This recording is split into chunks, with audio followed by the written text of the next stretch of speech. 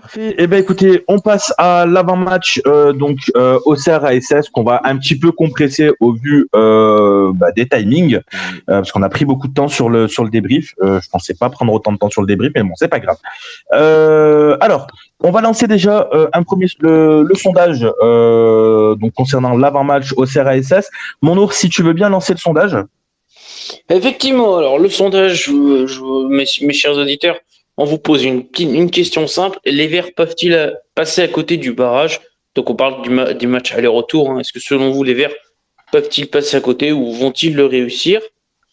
Vous pouvez, vous pourrez répondre, il n'y a pas de souci. Et je continue à le dire, mais n'hésitez pas à mettre vos messages soit sous le sondage, soit dans le hashtag. Je me ferai un plaisir en tout cas de relier vos messages. Et je vois Hashtag qu'aussi on a SpaceACS. hashtag SpaceACS. Et je vois qu'aussi on a un invité. On a même deux invités. On a. Effectivement. Donc pour cet avant-match, donc on va avoir un Auxerrois et on va avoir un Montpellierin, mais qui est un fin observateur de la Ligue 1. Donc pour commencer pour l'Auxerrois, donc on a Jube Bonf. Qui se fait appeler en ce moment Bonf attend la SS. Bonsoir à toi, comment vas-tu? Salut Qui est fan incontesté de Jubal, qu'on espère vous voler à la fin de la saison. Ça, c'est pas cool pour commencer un stage. Il n'y a pas de pitié. Pas de pitié. du tout. Pas de pitié. non, ça va très bien. Il n'y a pas de problème. Ravi d'être là pour l'avant-match. Hein. Pas trop de stress avant ce match-là? Ça va? Personnellement, j'avais plus de stress de jouer Amiens ou Le Havre que Saint-Etienne. Hein. C'est pas méchant, c'est pas pour vous prendre de haut du tout. Comme j'ai dit, moi, il n'y a pas de favori. Les deux équipes, c'est du 50-50. À part si on s'appelle Jérôme Roten. Voilà, pour moi, c'est du 50-50, clairement, mais pas du tout stressé. Comme je dis, il y avait beaucoup plus de stress face au Havre ou même face à Amiens. Tu nous expliqueras toutes ces raisons-là tout au long de cet avant-match. Et donc, effectivement, on a Mohamed Touvache. Bonsoir Mohamed, comment vas-tu? Salut maman. Salut bonsoir à tous. Bonsoir. Vous allez bien? Écoute, un peu stressé. Après, on va bien parce qu'on espère. J'ai envie de dire. Oui. Vous avez raison d'espérer. Et puis bon, c'est quand même. Le vert, c'est la couleur d'espoir, et c'est aussi la couleur de notre maillot. Voilà. C'est la couleur aussi de Casino. Mais laissez le manque d'humilité à vos adversaires. Vous êtes bien dans ce rôle de petit de Ligue 1. C'est très bien. Laissez le Pep Guardiola de la Ligue 2 se la raconter. Des deux confrontations. Je trouve que Jean-Marc Furlan, dans cet avant-match, il est quand même assez somptueux comme coach. C'est incroyable. Il brosse pas mal. Non, écoute, il manque énormément d'humilité. Je trouve que c'est un entraîneur qui manque énormément d'humilité sur cet avant-match. Attention, sur cet avant-match. Tant mieux. Après, c'est deux très belles. Après, c'est deux très belles équipes. C'est deux très belles équipes. Enfin, deux grosses équipes du championnat français, avec des supporters stéphanois incroyables. Et moi, j'ai été impressionné parce que j'étais lors du match Caen-Auxerre et j'étais impressionné par le parquage auxerrois. Incroyable. Justement, on y vient, Momo, parce qu'on va aborder un peu le règlement un peu du barrage et tout. Là. C'est ça, effectivement, on va parler un petit peu de tout ça. Alors déjà, on va planter le décor. Donc, le match aller se déroulera le jeudi 26 mai 19h au stade de l'Abbé des Champs, qui affiche déjà guichet fermé. Donc, pour un petit rappel, pour recontextualiser un petit peu le barrage, donc je rappelle que l'AS Saint-Etienne s'est qualifié au barrage grâce à son match nul et à la défaite de Metz en Ligue 1. Du côté de l'AJA, tout simplement, ils ont fini 3e de Ligue 2. Ils ont fait ce qui s'est passé pendant le barrage. Donc, il y a eu déjà dans un premier temps une victoire du FC Sochaux-Montbéliard qui avait gagné 2-1 contre le PFC. Et donc derrière, on a eu une rencontre AJA, l'AJA Auxerre contre Sochaux-Montbéliard. Match qui s'est terminé sur un 0-0 et une victoire de l'AJA 5-4. Effectivement, on va parler un petit peu du règlement de ces barrages parce que pas mal de personnes on a parlé plus de jouer des barrages chaque année. Mon Snow, est-ce que tu peux nous faire petit topo là-dessus? Je fais un topo. Alors, on est super pris par le temps. J'ai un topo plutôt concis, très rapide, et un autre un peu plus fourni. Alors, fais-nous le concis. Je fais le concis. Donc, globalement, à l'inverse des compétitions européennes, la règle du but à l'extérieur est toujours en vigueur pour ces barrages.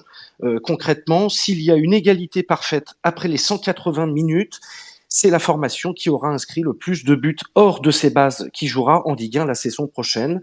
Si bien sûr il n'y a toujours pas de vainqueur défini avec cette règle, il y aura alors les prolongations et puis à la fin les tirs au but, bien sûr. Ok, parfait. Donc voilà, j'ai envie de dire peut-être, pourquoi pas, Saint-Etienne en mode européen. C'est ça. Pas savoir. Donc, si on reprend un petit peu la forme d'Auxerre, donc c'est ce qu'on disait tout à l'heure. Auxerre, la dernière défaite, c'était le 19 mars 2022 face à Toulouse. Si on reprend un petit peu Auxerre, c'est 2 défaites seulement en 2022. Il me semble que la deuxième défaite, c'est contre le PFC, si mes souvenirs sont bons. PFC et Toulouse. Et Toulouse, c'est ça, tout à fait. Donc si on reprend rapidement, donc Auxerre, c'est 3e de Ligue 2, 21 victoires, 11 nuls, 6 défaites, 61 buts marqués, 32 concédés et 74 points marqués. Si on prend sur les 5 derniers matchs, c'est 4 victoires et 1 nul. Du côté de Saint-Étienne, si on fait rapidement le topo, même si je sais que tout le monde connaît le classement et quelle est la saison de la Saint-Étienne. Saint-Étienne, c'est 7 victoires, 11 nuls, 20 défaites, 42 buts marqués, peut-être un symbole, 77 buts encaissés, une différence de moins 35 et donc 32 points au classement sur les 5 derniers matchs. C'est 4 défaites et 1 nul.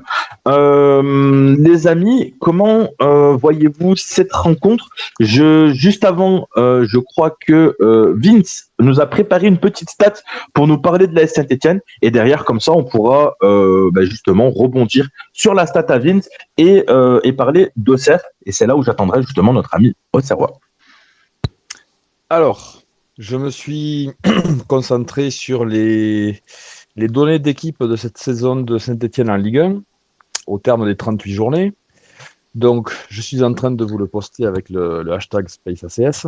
Super, on va le remettre dans le Space. Bien aimable. J'ai regardé sur les données d'équipe, principalement les données où le Saint-Etienne se comporte très mal, voire extrêmement mal. Tout d'abord, c'est l'équipe qui a concédé le plus de buts contre son camp, 4, dont la moitié pour un avant-centre. C'est la dernière équipe aussi pour le nombre de ballons perdus. Elle fait mieux que tout le monde, donc ça peut expliquer aussi certaines difficultés. Également, elle est avant-dernière sur le différentiel entre les points pris et les points espérés. Un calcul assez savant que je ne maîtrise pas, mais ils en ont obtenu 32.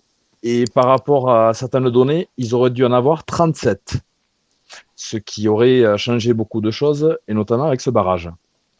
C'est l'avant-dernière équipe qui gagne le plus de duels aériens, seulement 45%.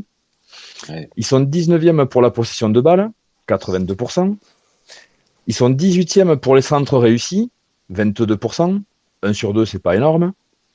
C'est la 17e pour les occasions converties, 22% aussi. C'est-à-dire une occasion sur 5 finit au fond. C'est un peu léger. Ouais. Et ils sont 17e aussi pour les XG subis, c'est-à-dire toutes les phases offensives adverses. Ils en subissent beaucoup. Ils auraient dû prendre 62 buts et au final, ils en ont pris 77. Ah, donc il y a quand même un delta. Il y a quand même un énorme delta. 15 d'écart sur 38 journées, ça fait quand même beaucoup, je trouve. Donc, il y a beaucoup d'éléments qui montrent que l'équipe est à sa place. Quand tu perds le plus de ballons sur tout le terrain, dans toute la saison, ça veut dire qu'il y a quand même beaucoup d'erreurs, de défaillances et d'inattention, je pense. Bon, les points espérés, c'est un peu plus abstrait, on va dire. Les duels aériens, t'en gagnes pas beaucoup. La possession, bon, on se doute bien que les chiffres de Dupraz ont dû surtout plomber la première partie de saison où l'équipe jouait un peu plus et produisait ou tentait de produire quelque chose de conséquent.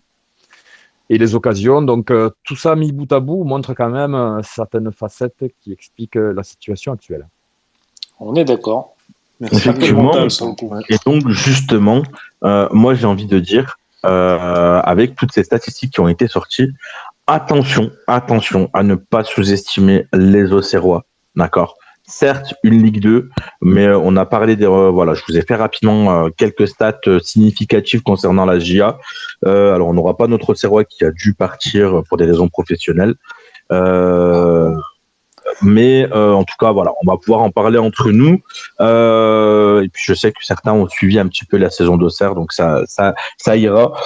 S'il y a d'autres Auxerrois sur le space, n'hésitez absolument pas à prendre la parole. Mais enfin, voilà. Donc, concrètement, voilà. Moi, je vous dis, attention à ne pas sous-estimer les Auxerrois. Qu'est-ce que vous en pensez un peu tous de votre côté?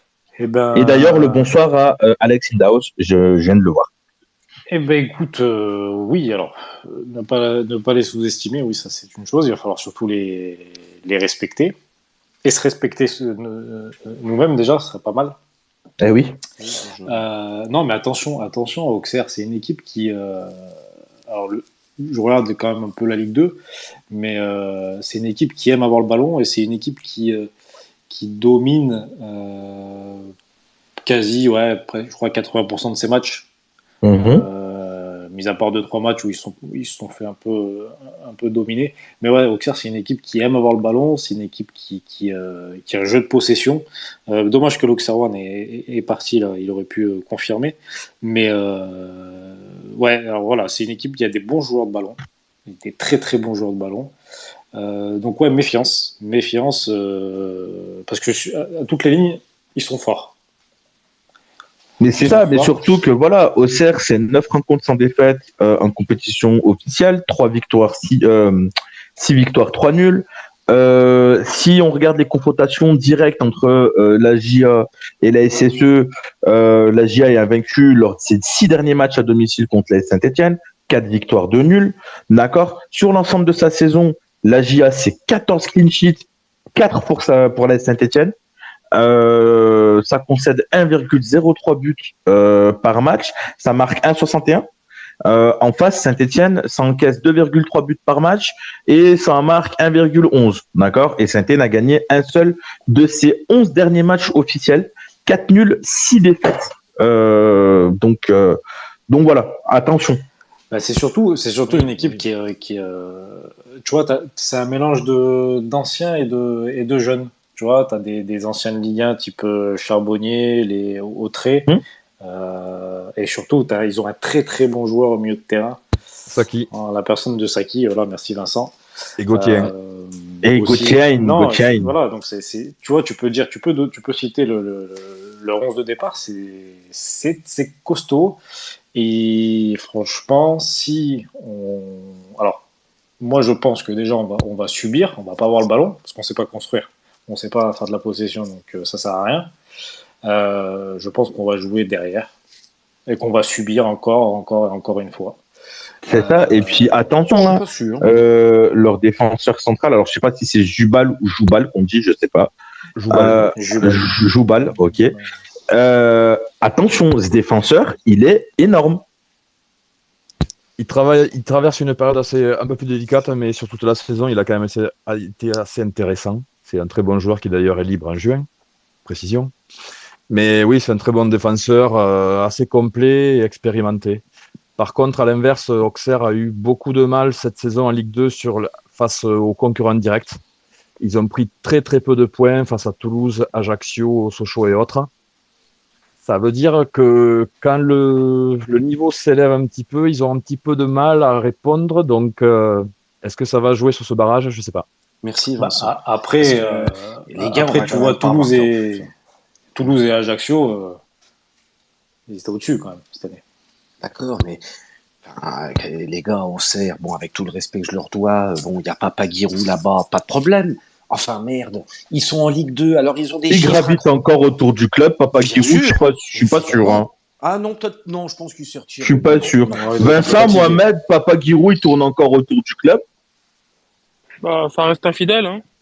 Ouais, c'est un amoureux du club quand même, il est pas loin, mais qu'il soit impliqué maintenant de près, je crois pas, mais Auxerre quand même, bon, vous me citez des bons joueurs de Ligue 2 que vous avez vus cette année, pas de souci. peut-être qu'à Saint-Etienne, on peut les mettre en parallèle. On a aussi quelques bons joueurs quand ça veut bien. Ils ont complètement le niveau face aux joueurs de Auxerre que vous avez dit, je pense. Niveau Ligue 2. Non, mais votre super joueur, là, que vous dites, Gatien, bon.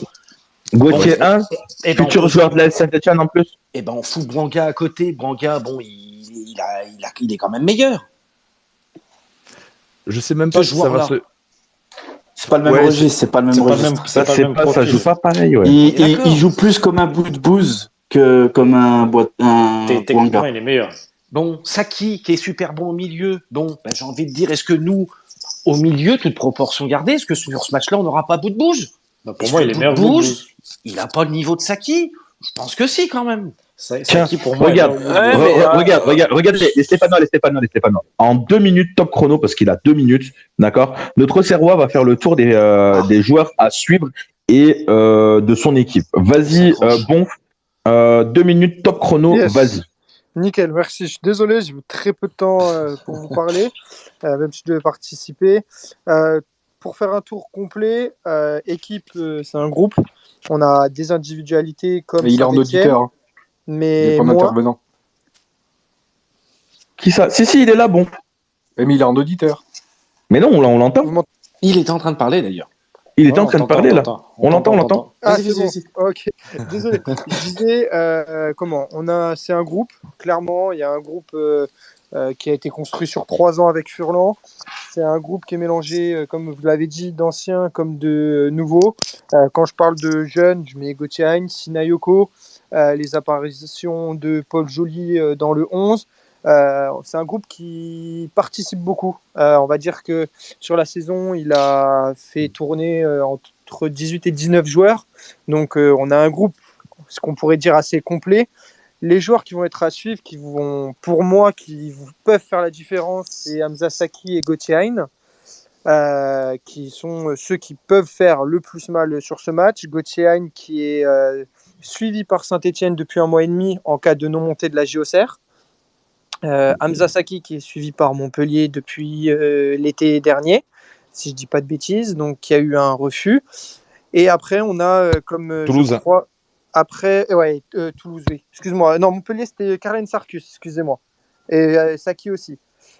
Et comme vous l'avez pu dire, Djoubal, c'est un joueur qui est en fin de contrat, qui est arrivé il y a 3 ans à la JOCR.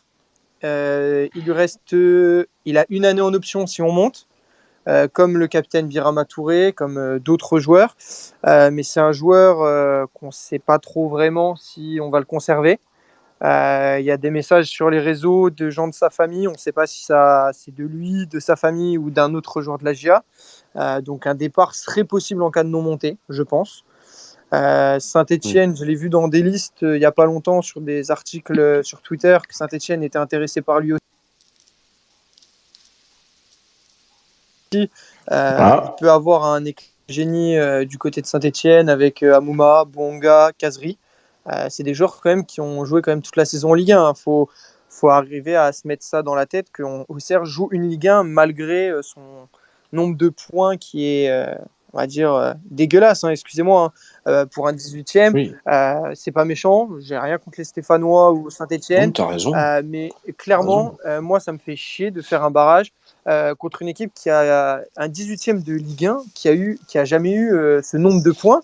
Et nous qui finissons 3e avec le plus haut nombre de points depuis que la Ligue 2 est présente. Donc après, c'est compliqué. Après, c'est la nouvelle règle. Nous, on le fait. Si Saint-Etienne, je reviens parce que j'ai entendu que Saint-Etienne avait peut-être joué avec un bloc bas, donc un 5-3-2, si je ne dis pas de bêtises. Ouais, on va faire la compo probable après. Ouais. Si vous êtes en 5-3-2, si vous jouez comme Sochaux à 11 derrière à mettre le bus, si nous, on n'a pas un éclair de génie, ça sera un match terne, un vieux 0-0. Et là-bas, après Geoffroy Guichard, si Saint-Etienne fait le travail, on passe pas. C'est méchant de dire ça pour Auxerre. Si Auxerre ne gagne pas demain chez nous, même un 1-0, éviter le but à l'extérieur, on aura toutes nos chances. Mais demain, si on arrive à perdre face à Saint-Etienne, le retour va être très compliqué. Donc voilà, après je pense que j'ai fait le tour sur ça. Et après, par rapport aux supporters, Stéphane, Je sais que il y a 1000 Stéphanois qui ont réussi à avoir des places, pratiquement autant qui vont se rendre au centre-ville. Donc ça fait pas mal de nombre. C'est dommage que vous ne soyez pas en tribune. Après, c'est des décisions qui ont été prises par la Ligue par rapport à des choses qui ont été faites par vos supporters. On est d'accord ou comme pas d'accord, chacun a son avis. Après, nous, à l'heure d'aujourd'hui, on a 1000 places en parkage qui ont été vendues. Votre parkage fait à peu près 2000 places. Ça va être compliqué pour nous. On ne sait pas si votre préfet va nous autoriser à venir à 2000. C'est la décision qu'on attend. Donc, on a quand même 1000 places en stand-by et j'ai envie de vous dire 2 à 3000 personnes qui attendent ces places. Ah oui. À savoir aussi, c'est que votre boutique en ligne qui a été ouverte, je sais qu'il y a beaucoup d'Auxerrois qui ont pris leur place déjà en tribune, pas en parkage, en tribune. Donc, les Stéphanois seront nombreux à Auxerre, mais les Auxerrois seront aussi nombreux en dehors du parkage. À Geoffroy Guichard. Ce qui annonce une belle fête, on l'espère, et pas d'incident. Rapidement, parce que je sais que tu dois nous laisser. Ouais. Si tu dois me sortir un joueur de la Saint-Etienne qui te fait flipper. Bouanga. Parfait, tu as été précis et concis. Je vais te dire j'ai le temps juste de te dire pourquoi. C'est après comme ça, j'y vais. Ouais, vas-y. Clairement, c'est un joueur de côté. Il se retrouve face à Caroline Sarcus. Ça va faire un beau duel. Par contre, s'il se retrouve sur le côté de Quentin Bernard, la GIA prendra l'eau. J'ai rien contre ce joueur à Auxerre. C'est un meneur d'hommes. Il a toujours été fidèle à Auxerre depuis qu'il est là. Il aime la ville, il aime les supporters, il aime son club. Mais malgré ça, il a fait 2 bons matchs cette année. C'était Sochaux et Amiens. Est-ce que c'est un bon signe qu'il soit là sur les derniers matchs, qu'il fasse des bonnes prestations? Peut-être. Mais pour moi, c'est le joueur qui prendra le plus l'eau demain, Quentin Bernard ou même Alex Coef, s'ils sont titulaires. On a 2 joueurs qui sont extrêmement lents. Donc c'est pour ça que pour moi, Bouanga, qui arrive à casser les lignes, qui est technique, rapide, c'est le joueur qui peut faire la différence sur ces 2 joueurs auxerrois. Ok. Et le joueur de ton équipe que tu attends là sur le barrage là, celui que pour toi c'est lui qui fera la différence. Si tu passes le barrage, ça sera forcément grâce à ce joueur. Franchement, je vais pas te donner un joueur. Je pense que c'est le groupe. C'est à l'image de la saison, clairement. Si je te dis Gauthier Hein, il a mis pas mal de buts, de passes D. Charbonnier a fait pareil. Saki a été énorme. On a eu un Pelnard qui a fait de bons matchs. Donovan Léon qui nous sauve pas mal de fois en fin de saison. Donc c'est difficile pour moi de vous le dire. Pour moi, c'est le groupe. Si on passe, ça sera un groupe. Comme je te l'avais dit le week-end dernier, c'est un groupe contre Saint-Etienne des individualités. C'est comme ça que je trouve ce match. C'est bien. Parfait. Eh ben écoute, je te remercie. Merci à toi, Franchement, très très bonnes analyses.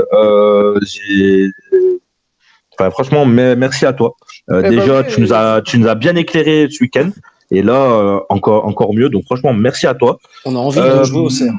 Écoute, si tu peux rester, tu n'hésites pas. Sinon, moi, je te souhaite un très très bon match demain. Tu n'hésites pas à passer après le match sur mon space perso. J'y serai. Demain soir, j'y serai.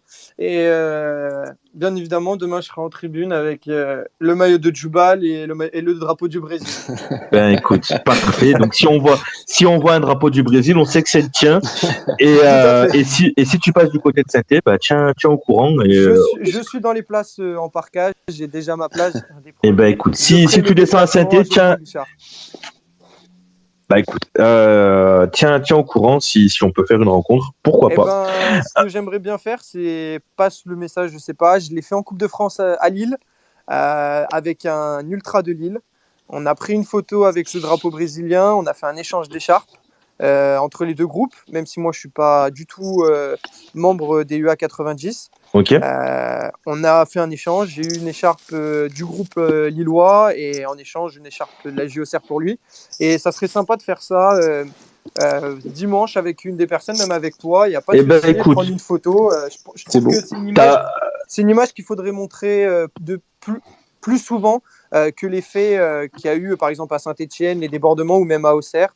On montre d'abord les débordements avant les belles choses. Regarde, t'as les socios verts qui créent un événement à côté du stade, d'accord. Donc quand t'es sur place, tu me dis, je te récupère et on va ensemble vers les socios. Attends, avant qu'il parte. Avant que le supporter reste. Oui, Momo. Oui, Momo, on t'écoute. Non, mais le mec, il est en train de nous raconter qu'il fait des échanges d'écharpes, etc. Et t'as quand même des préfets qui t'interdisent le déplacement des supporters. Mais c'est une dinguerie. Comme quoi, tout peut... Non, mais franchement, mais il faut mettre en avant ce genre de choses. Ça, c'est une belle action. C'est vachement bien ce qu'ils viennent nous dire. Et là, mais bien sûr. C'est délirant. Mais dans la majorité des cas, entre les supporters, ça se passe comme ça passe pas. Enfin, voilà. Hein. Il y a des incidents, on va pas les nier, mais dans la grande majorité, ça se passe super bien en fait. Il y a pas de galère en fait. Donc bon, voilà. Les préfets et tout ça, écoute, j'ai l'impression qu'ils sont un peu dépassés par tout ça. C'est pas de leur époque en fait. Voilà, on va là, il voulait refourguer son écharpe lilloise surtout, oui. compris, hein. Les amis, alors, ce qu'on va faire, on revient côté stéphanois, si vous le voulez bien. Alors, ce qu'on va faire, c'est, on va faire la compo probable et on va faire justement de notre côté aussi, et donc avec, c'est Anto qui va s'y coller. Donc il nous fera pour lui donc son MVP stéphanois et le joueur à suivre auxerrois, le joueur dont il a le plus peur du côté d'Auxerre et le joueur qui l'attend pour cette double confrontation. Donc la compo probable ACS, donc ça a été décidé donc avec l'équipe Space ACS et la rédaction d'ACS. Donc un 5-3-2. Avec donc Bernard Denis dans les buts, donc une défense à 5 de gauche à droite, Troko, Nadé, Moukoudi, So, Choub. Au milieu de terrain, alors la rédaction s'est encore trompée de place entre Youssouf et Camara. Donc Camara sera bien à gauche et Youssouf à droite dans le double pivot. Boudbouz en meneur de jeu et une attaque Bouanga Kazri. Anto, déjà, t'en penses quoi de cette compo et donne-nous justement donc les deux joueurs et après on fera la passe D rapidement aux autres intervenants. Écoute, compo, alors dispositif logique, hein, parce qu'on va avoir droit à ça. Alors après, je m'interroge sur la santé de Sakho. Je sais pas trop, donc la défense pour moi ça sera ça en tout cas si Sakho ne joue pas, et pour le reste je mettrais quand même Gourna à la place de Youssouf. Gourna à la place de Youssouf, ok, malgré les mauvais matchs de Gourna sur les 5-6 prestations qu'il a fait, tu préfères voir Gourna qui va pas t'apporter de la technique mais qui va t'apporter l'aspect athlétique et physique et percussion un petit peu, plutôt que Youssouf qui va t'apporter un peu une caution un peu technique, peut-être éventuellement le jeu long aussi. Alors Gourna oui, parce que la Ligue 2 c'est physique, il y a de l'engagement et c'est typiquement le match pour Gourna, tout simplement. Après le milieu de terrain au Cerro, attention, il joue au ballon. Hein. Ça joue. Je te mets un petit peu, tu vois, je te gratte un petit peu. Hein. C'est pour ça que je te pose quelques questions. Comme je me permets de. Oui, Mohamed. De parler 30 secondes. Anto vient de parler de Sakho. La semaine n'a pas été très très bonne pour lui, donc il y a eu quand même beaucoup de douleurs, donc c'est avec de grosses précautions. Donc ça va être limite. Et il faut savoir juste une chose, c'est que fait exceptionnel, les joueurs ne savent pas comment ils vont jouer demain. Pas sur le plan bien évidemment tactique, hein, mais l'annonce de l'équipe leur sera donnée que demain. C'est un choix du coach. Il veut les garder sous pression. Ok. Oui, ou peut-être lui. Oui. Enfin, ou peut-être que lui-même ne sait pas encore, en fait. Je pense que lui sait quand même. Il faut. Là, vous me tendez une perche pour bien le dégommer, mais je vais pas le faire quand même. Mais non, il le sait. En revanche, je sais pas si c'est pour être mis sous pression, parce que je pense qu'ils sont sous pression depuis quand même pas mal de temps. Mais en tous les cas, si des gens s'attendent à voir un Saint-Étienne avec un bloc très bas, ils risquent d'être surpris. Hein. Ok, d'accord. Ouais. Écoute, c'est bien ça. Je souhaite uniquement que tu aies raison.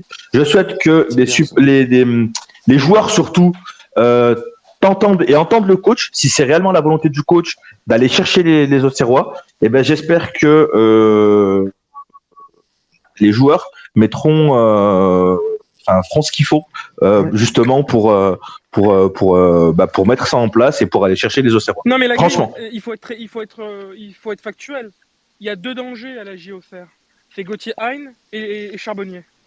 Sinon, franchement, il y a pas de. C'est prenable. Oui, c'est prenable. Franchement, pour moi, c'est du 70-30. S'ils font pas les cons en face, parce qu'il faut arrêter. C'est pas le Real de Madrid en face. Hein. C'est la J Auxerre et puis. Merci Momo. Non mais c'est vrai. Non mais moi j'ai beaucoup de respect pour eux. Mais au bout d'un moment, il faut se détendre quoi. Il y a quand même Saint-Étienne, il y a quand même des mecs expérimentés.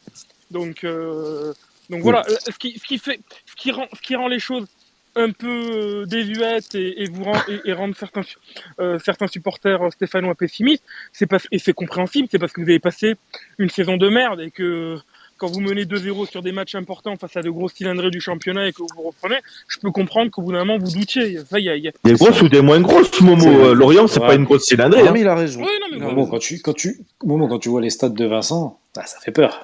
Oui, tu peux pas, tu vois, tu peux. Mais il a raison dans le sens où on baigne dans ce contexte depuis le début de saison. On est dans ce contexte-là. Après, regarde, moi je vais pas parler de la valeur je vais pas parler de la valeur et des qualités intrinsèques de nos joueurs, d'accord? Parce qu'on sait qu'il y en a quand même quelques-uns. Leurs qualités sont au-dessus de ce qu'on a pu voir cette année, d'accord? Je pense que sur ça, je trouverai pas trop de contradicteurs.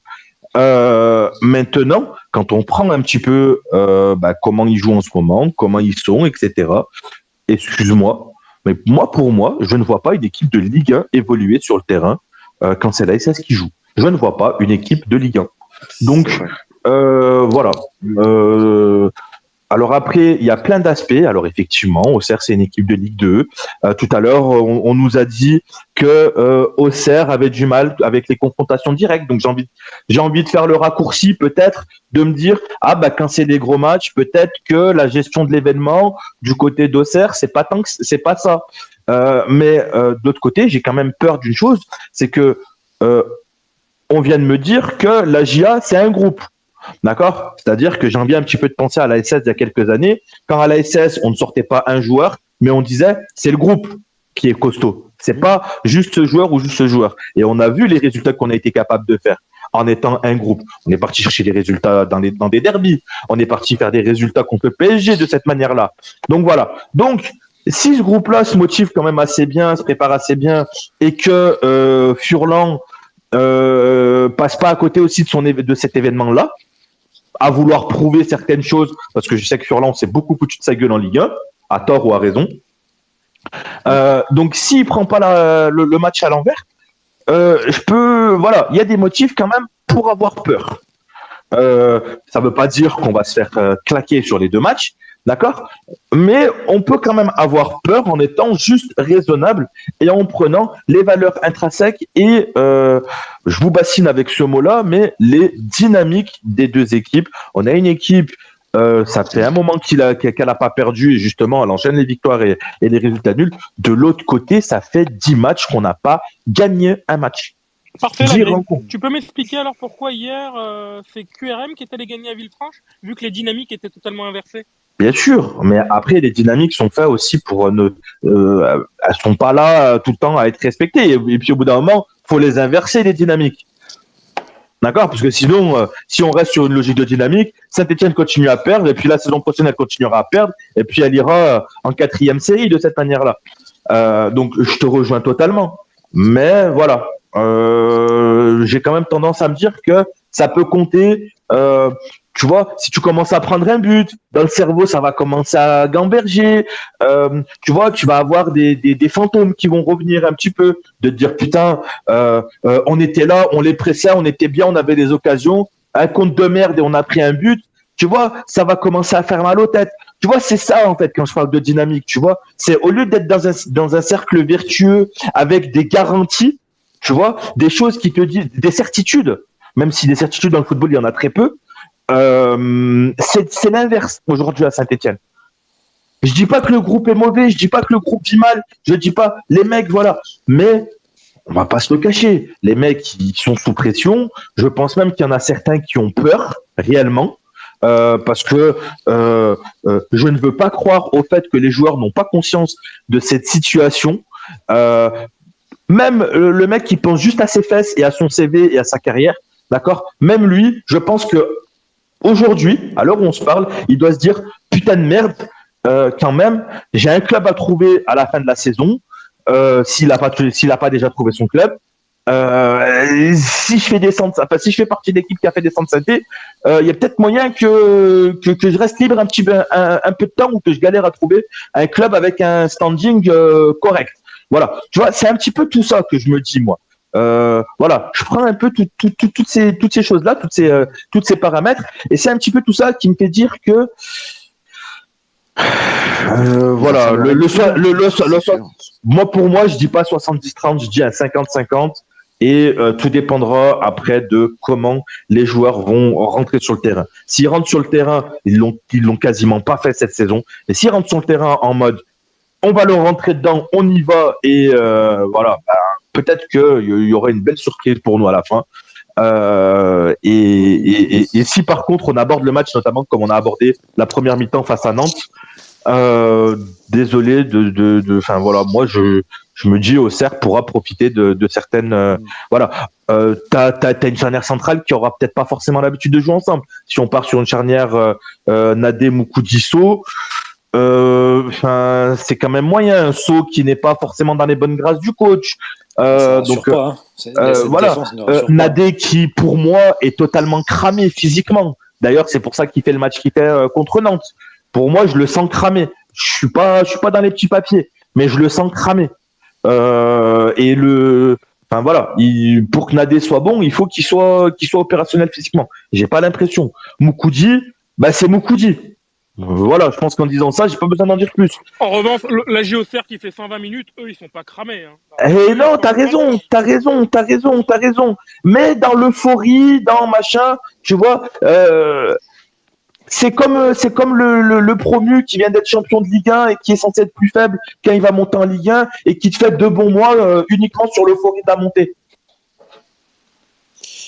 Ouais, mais tu vois, c'est ça en fait. C'est ça qui me fait peur.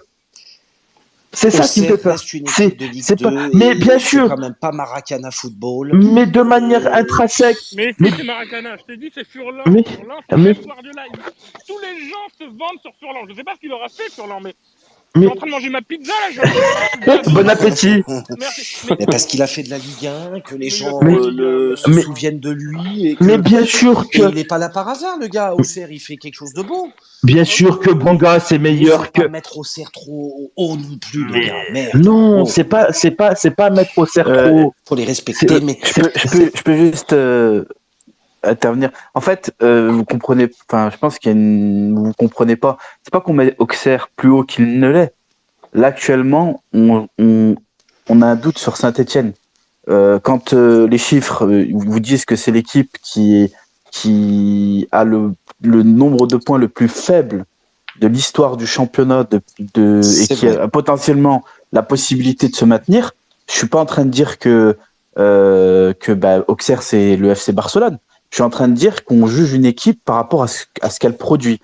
Et inversement, tout à l'heure, j'écoutais l'Auxerrois qui disait qu'il était frustré parce que Auxerre, à contrario, à l'équipe qui a le plus de points pour un barragiste et qui potentiellement ne peut ne pas monter s'il faut leur barrage.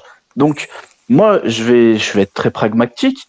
On n'est pas en train de se pignoler, sur Furlan ou sur Auxerre, en train de dire que c'est l'équipe, la meilleure équipe du monde. Non.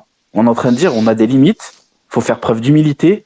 Il faut faire preuve de respect et y aller en les respectant. Parce que si on y va en mode, de toute façon, c'est une Ligue 2 et nous, on est une Ligue 1, mais ouais, je suis désolé, mais je pense qu'on va se faire casser. Et deuxièmement, je rebondis sur ce qu'a dit Mohamed parce qu'effectivement, ouais, le Quevilly a tapé Villefranche sur le barrage 3-1. Mais Quevilly, je regarde, c'est 10 matchs gagnés, 7 nuls pour quelques perdus. Donc ils sont sur un ratio de 48% de matchs pas perdus. On est loin de ça. Donc la dynamique. Ouais, regarde, je viens de regarder le classement. Moi je te demande, non, attends. Moi je te demande de regarder depuis l'arrivée du nouveau coach. depuis l'arrivée du nouveau coach, c'est grand maximum, si je me trompe pas, 3 ou 4 victoires. Voilà. Et hier, il le gagne parce qu'il n'est pas sur le banc. Peut-être, mais qu'on me dise pas que la dynamique de Quevilly est extraordinaire. Juste fini. Quevilly aussi, entre la Ligue 2 et le National, il y a un gap. Ça s'appelle le football professionnel et le football amateur. Ça, je suis bien d'accord avec toi. Auxerre, c'est des professionnels. Donc, moi, je compare pas ces matchs-là parce que pour côtoyer pas mal de joueurs de national, pardon. Oui, je suis d'accord. Je suis tout à fait d'accord avec toi sur la dynamique. De toute façon, une dynamique, ça veut tout et rien dire. Hein. Il y a qu'à voir des matchs de coupe où des équipes qui sont souvent relégables, elles vont très très loin en coupe parce que sur un match, tout est possible. Le nombre de clubs de national qui ont fini, qui ont gagné la Coupe de France et qui ont été relégués ou qui ont pas été loin dans leur championnat, il suffit de refaire l'histoire pour voir que c'est pas sur une dynamique qu'on juge un match. Moi, ce que je regarde, c'est la manière dont on aborde les matchs. Et pour avoir parlé avec certains joueurs, je vais jeter un pavé dans la mare là rapidement. Il y a des joueurs qui sont un peu piqués au vif. Voilà, question d'humilité, question de, on va dire je pense qu'ils ont d'ego. Non, d'ego. Moi, j'ai parlé avec un joueur. Voilà, je vais pas citer le nom parce que voilà. Moi, il m'a dit clairement, il va marquer. Il m'a dit, on fait le pari. Il m'a dit, je marque. Il m'a dit, voilà. Là, je vais marquer. En parlant de joueurs, je dois donner mon MVP, mon joueur que j'attends et le joueur côté Auxerrois. Alors, côté Auxerrois, ça sera Charbonnier. Et il nous a déjà fait mal, Charbonnier. Voilà. Attention. Le MVP chez nous, écoute, sur les derniers mois, c'est Denis Bouanga. Et le joueur que j'attends, ça sera notre capitaine. Voilà, j'ai envie qu'il porte l'équipe vers le haut et qu'il fasse la différence. Voilà, attends, parce que donc là c'est Kazri ton capitaine. Oui, tout à fait. Ok, donc tu attends Wabi Kazri. Même pas Romain, quoi. Putain. Bah tout dépend en fait à quelle minute t'es dans le match en fait. Si t'es après la 60e, ton capitaine ça sera Romain, donc t'attendras de Romain. Et si t'es avant la 60e, t'attendras de Wabi. T'as vu, ça veut dire que ça te fait deux possibles. Deux en un, t'as vu. C'est le double effet qui se coule. C'est pas faux. Ok, d'accord. Les amis, si vous le voulez bien, on va passer au pronostic. Ouais. Allez, on va faire un petit tour de table rapide. Alors, je pense que les socios ne vont pas donner de pronostic pour justement pour ne pas porter la Shkumun au club. C'est bien ça, tu confirmes? Les socios ne vont pas faire de pronostic, et puis moi, parce que après il y en a qui ont l'habitude de m'entendre. Je suis désolé pour eux. Ils savent que les 2 derniers matchs, je ne pronostique pas et je vais continuer à ne pas pronostiquer. Bon, espérons que ça a la même réussite en tout cas. Exactement. Mon Snow, écoute, oui. J'ai l'impression que tu as le pronostic qui te démange là. Ah écoute, moi c'est très clair, je le vois, ça sera 1-2 Saint-Étienne. Donc on parle uniquement du match de demain, hein, d'accord? On parlera du match de dimanche. Samedi soir, malgré qu'il y a Ligue des Champions. Alors peut-être qu'on avancera un petit peu le space. On va regarder au niveau de l'horaire. On avancera peut-être un petit peu le space, le faire peut-être avant le match de Ligue des Champions. Je suis à la baie des Champs. Parce que peut-être que de parler de Saint-Etienne pendant une finale de Ligue des Champions, c'est peut-être pas la meilleure chose à faire. On va voir, mais en tout cas voilà, l'avant-match se fera et le débrief du premier tour de barrage se fera samedi soir. Donc tu as dit, excuse-moi, 2-1, c'est ça? Ouais, 2-1 Saint-Étienne, je nous vois marquer là-bas. Ok, d'accord. Mais je nous vois marquer là-bas. D'accord. Mon ours? Pour moi, ce sera 1 partout. Ok. Anto? Idem, 1 partout pour moi. Ok. Notre invité Freeman? Je vais dire 1 partout si on y va avec des convictions et une formation avec un bloc haut. Mais si on y va avec un bloc bas, je pense qu'on va prendre 2 buts et en marquer plus 1. Donc je pense 1-1 ou 2-1 pour Auxerre. Ok, on va faire le prono à Doudou également. Vincent? 1 partout également, pas mieux. Ok. Et donc le meilleur pour la fin, Momo, si tu veux jouer au pronostic. 1-2. Kazri. Bon. Exactement. Ok, d'accord. Donc vous êtes quand même assez nombreux à avoir un résultat positif pour Saint-Étienne. Alors, je vais vous refaire un petit peu la théorie que moi j'avais annoncée ce dimanche. Personnellement, j'aimerais bien une défaite 2-1 de la Saint-Étienne, qui permettra de maintenir le groupe sous pression et de ne pas arriver à Geoffroy Guichard les doigts de pied en éventail et de passer à côté du match à Geoffroy Guichard, tout simplement. Ah ouais. Voilà, je dois être le seul gars à espérer une défaite de Saint-Étienne, mais en fait, c'est simplement pour notre bien. C'est une défaite pour simplement être capable de faire le gros match à Geoffroy, de bien nous faire kiffer à Geoffroy Guichard et de faire le résultat qu'il faut, tout simplement. Moi, je pense surtout que t'es ravagé du cerveau, mon ami. Les nerfs, ils ont lâché, là. Écoute, je suis peut-être fou, mais quand je vois notre équipe, quand elle est sous pression, elle arrive à faire quelque chose. Dès que la pression elle descend un petit peu, je prends le match avant 3, je prends le match avant Lorient, je prends voilà. Eh ben écoute, on fait des trucs bizarres. Donc c'est pas le moment de faire des choses bizarres en fait, notamment sur cette double confrontation et encore moins dimanche à Geoffroy Guichard. Donc on va éviter hein, et puis voilà, tu perds 2-1, t'es quand même bien. Justement vu qu'il y a la règle du but à l'extérieur. Pour moi, hein, une défaite 2-1 avec la règle du but à l'extérieur, c'est un bon résultat, hein, c'est pas un mauvais résultat. Donc voilà, c'est ma vision du truc. Je sais qu'elle est complètement folle, mais si je vais encore plus loin, je te le dis, hein, je mets Falaï Sako sur le banc, je le fais pas jouer demain.